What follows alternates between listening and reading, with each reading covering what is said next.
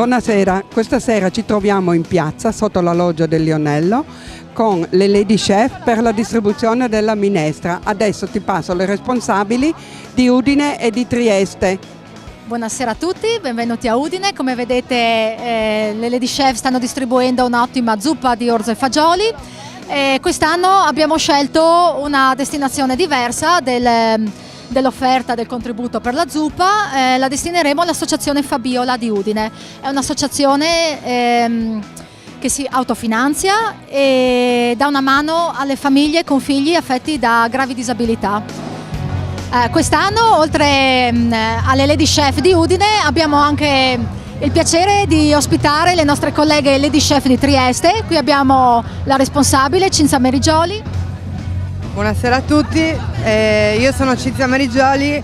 Quest'anno è il primo anno che partecipiamo anche noi come Lady Chef, perché è il primo anno che fisicamente il gruppo Lady Chef Trieste c'è e quindi siamo onorati di essere qui con voi.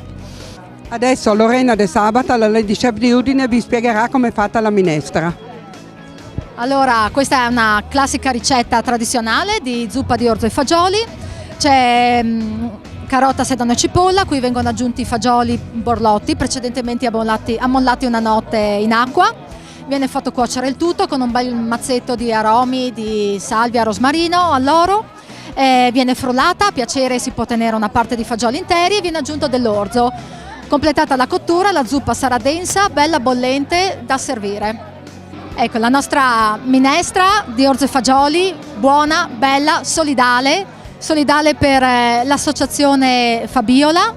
E niente, grazie a tutti dalle Lady Chef di Udine e Trieste, grazie a Udine che ci ospita, grazie all'associazione che fa del bene a tante famiglie bisognose e grazie a tutti voi per le offerte. Un saluto dalle Lady Chef, ciao!